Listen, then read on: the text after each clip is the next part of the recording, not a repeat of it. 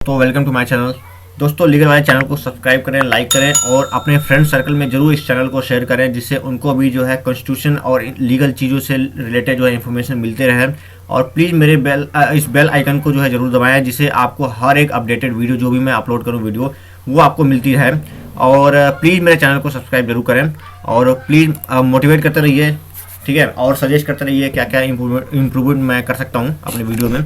तो चलिए फ्रेंड्स, आज जो हमारा टॉपिक है वो है फंडामेंटल राइट्स। आज इसके बारे में बात करते हैं। तो इसको मैंने 3 अलग अलग पार्ट्स में मैंने बनाया हुआ है, तो आप ये तीनों वीडियो जरूर देखें, जिससे आपको जो है फंडामेंटल राइट्स से रिलेटेड कोई भी डाउट नहीं रह जाएगा, ये मेरा गारंटी है। और अगर कोई फिर भी दिक्कत रह जाए तो आप जो है कमेंट करके जरूर पूछिएगा और मैं उसको सॉल्व करने की कोशिश करूँगा। तो चलिए शुरू करते हैं। फंडामेंटल राइट्स, ठीक है। देखिए, वर्ल्ड की किसी भी कंट्री में जहाँ पर डेमोक्रेसी है वहाँ पर जो है कुछ फंडामेंटल राइट्स जो है एग्जिस्ट करती हैं, और हमारा इंडिया भी उनमें से एक है। और इसीलिए जो है हमारे इंडिया में फंडामेंटल राइट्स की बात होती है। तो यहाँ पर देखिए, पहला पॉइंट यहीं से स्टार्ट होता है। The fundamental rights are mean for the promoting the ideal of political democracy. ठीक है friends, these are fundamental in the sense that they are most essential rights for the all round development.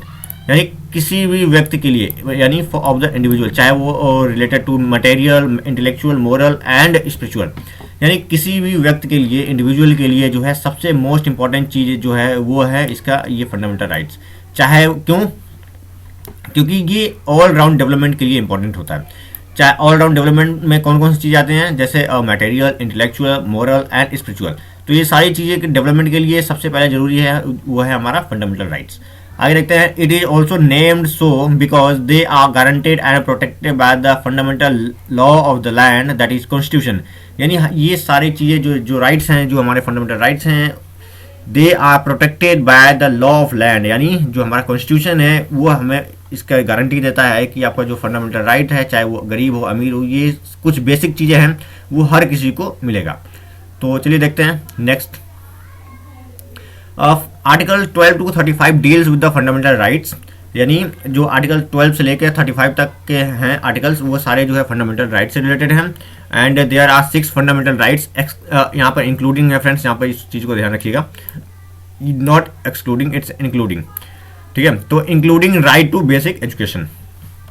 Next point है, the fundamental rights are the freedoms guaranteed but these freedoms are not absolute but are justiciable. Justiciable का मतलब होता है कि कोई भी ऐसा law, कोई भी ऐसा जो राइट्स जो हमारे higher courts, like high court of किसी भी स्टेट का हो और जो सुप्रीम कोर्ट है, वहाँ पर जो है वो एनफोर्सेबल हो, इम्प्लीमेंट कर सकते हैं डायरेक्ट जो है कोर्ट से अप्रोच करके। तो इसीलिए जो है ये यहाँ पर वर्ड यूज किया गया है जस्टिशिएबल। जस्टिशिएबल का मीन्स होता है जुडिशली एनफोर्सेबल, यानी जुडिशल के तौर पर जो है, न्यायिक तौर पे जो है उसको एनफोर्स किया जा सके, उसको बोलते हैं जुडिशली एनफोर्सेबल यानी जस्टिशिएबल, ठीक है। अगले देखते हैं। Fundamental rights are different from the legal rights. तो यहाँ पर एक क्वेश्चन पूछा जाता है कभी कभी कि लीगल राइट्स क्या होते हैं और फंडामेंटल राइट्स क्या होते हैं, इसमें डिफरेंस क्या होते हैं। तो यहाँ पर देखते हैं कि legal rights are protected and enforced by ordinary law, ठीक है फ्रेंड्स। तो यहाँ पर और लाइक आईपीसी और अलग अलग, मतलब लाइक जो हमारे राइट टू वोट का है, तो right to vote can be denied but fundamental rights can not be denied. तो ये चीज़ का बेसिक डिफरेंस आप यहाँ से याद कर सकते हैं और समझ सकते हैं। और on the contrary the fundamental rights is protected and guaranteed by the constitution, ठीक है फ्रेंड्स। जैसा कि आपको मैंने पहले स्लाइड में भी बताया और ये चीज़ दोबारा यहाँ पर रिपीट हो रहा है, ये चीज़ देख सकते हैं।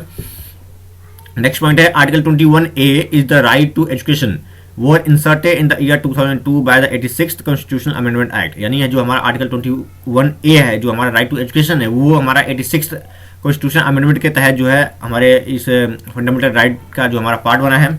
और generally right to education falls under the right to freedom. और ये हमारा जो राइट टू एजुकेशन है ये राइट टू फ्रीडम के अंडर जनरली जो है फॉल करता है।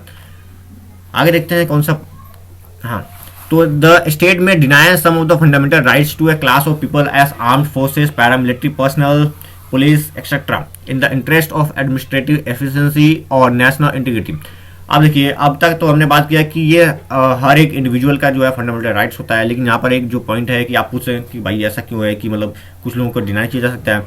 तो वो कुछ लोग हैं जो आर्म फोर्सेस से रिलेटेड हैं, पैरामिलिट्रीज हैं, पुलिस हैं, लेकिन उनको क्यों डिनाई किया जाता है? क्योंकि because of the administrative efficiency plus national integrity.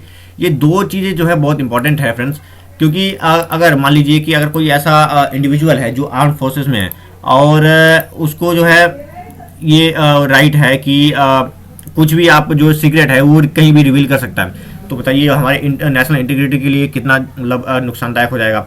तो इसीलिए जो है ये administrative efficiency plus national integrity के लिए ये चीज़ें जो है बनाई गई है।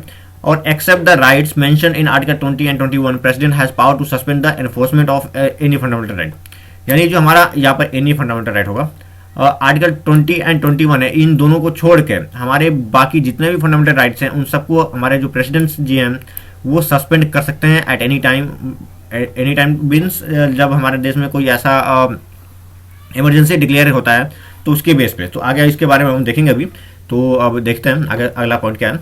The fundamental rights are of two category, rights which are provided to citizens of India and second point है for all the person including foreigners. यानी जो कुछ राइट्स ऐसे दिए गए हैं हमारे फंडामेंटल राइट्स में जो सिर्फ इंडियन पीपल के लिए, जो हमारे इंडियन जो प्योर पूरी तरह से इंडियन है उनके लिए है, और बाकी जो है सबके लिए है। उसमें से जो है फॉरनर भी आ जाते हैं। तो फॉरनर यहाँ पर जैसे टूरिस्ट हो गए हैं या कोई फॉरनर आके हमारे इंडिया में कोई वर्क कर रहे हैं, कोई यहाँ पर मल्टीनेशनल कंपनी स्टार्ट कर रहे हैं, तो उन लोगों के लिए भी कुछ राइट्स हैं, बट सारे राइट्स नहीं, क्योंकि जो हम फिर उसमें फ़र्क ही क्या रह जाएगा कि इंडियन सिटीजन और बाकी। तो इसीलिए यहाँ पर जो है अलग अलग कैटेगरी बनाया गया है। तो उसमें कौन कौन से राइट है वो भी अभी देखते हैं।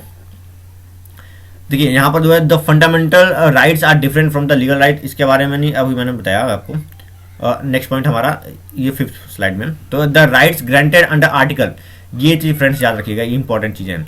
ये आपके एंट्रेंस एग्जामिनेशन में भी पूछा जा सकता है और कई जगह इंपॉर्टेंट जगहों पे पूछा जाता है किसी भी कॉम्पिटिटिव एग्जामिनेशन में। तो article 15, 16, 19, 29 and 30 are available to citizens only. ये चीज़ें इंपॉर्टेंट है क्योंकि ऑप्शन में आपके दे देगा ये पाँचों में से या कोई सा भी, पाँचों या चारों कोई सा भी, तो ये सारे ऑप्शन जो है दे देगा आपको और उसमें से पूछेगा कि इसमें कौन सा आर्टिकल जो है जो इंडियन सिटीजन को नहीं मिलता है या फॉरनर्स को नहीं मिलता है। तो इस तरह से क्वेश्चन पूछा जा सकता है। अगला देखते हैं, when there is a proclamation of emergency under article 352 on grounds of war and external aggression the operation of article 19 remains suspended.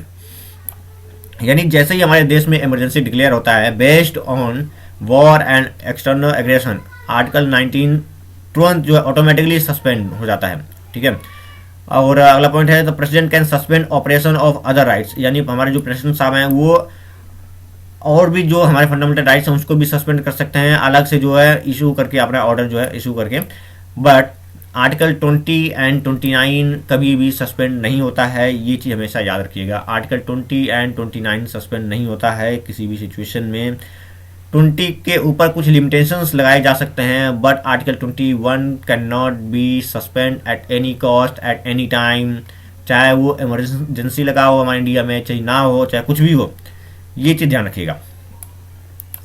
ठीक है फ्रेंड्स, अगला पॉइंट जो है अगला स्लाइड में देखते हैं। Initially there was 7 fundamental rights, यानी हमारी जो ओरिजिनल कॉन्स्टिट्यूशन में है वहाँ पर 7 फंडामेंटल राइट्स दिए गए हैं in our constitution.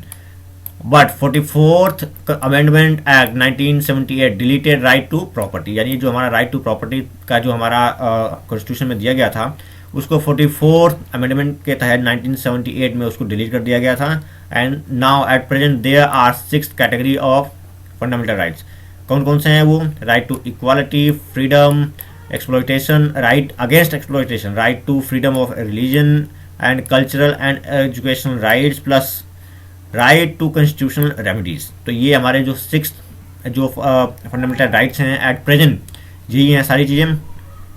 I hope कि आपको आपने एंजॉय किया होगा इस चीज़ को, और कोई डाउट हो तो प्लीज़ कमेंट करके बताइएगा। और यहाँ पर जो ख़त्म होता है वीडियो और हमारा जो नेक्स्ट पार्ट है इस वीडियो का आगे जो कंटिन्यू है वो भी आप जो है ज़रूर देखें।